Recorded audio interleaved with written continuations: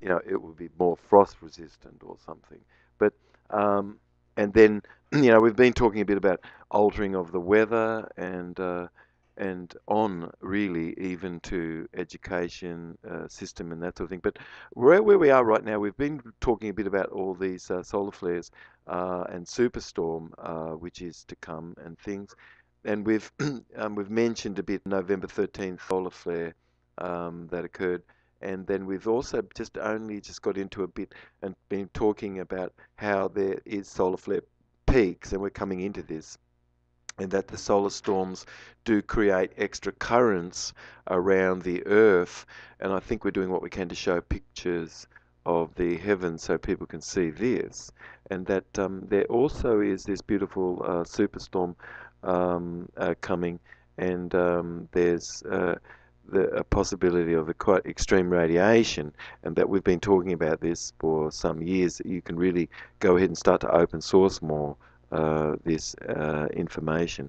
But the transformers and then them being knocked out, blackout being incurred, and the situation that a lot of technology where we're very dependent upon chips and things, and that's the actual great danger that occurs there where we are. And then there's all these nuclear reactors, which I think um, Jacqueline just mentioned today, how many are on the New Madrid fault line, but that we've got fault lines there in New York, which just out of New York City. I used to go up to that beautiful fault line there. It's only like an hour out of the center of town. And you've got fault lines, which it's possible for us to be able to do more work with, and people can be learning. But the alignments we've been talking about, the 21st and the 23rd, we've been talking a bit about there being quite a bit of a planet lineup and things. And then it always has been said, of course, that when Venus makes this radial line loop and above the Orion, that the magnetic fields of certainly are affected.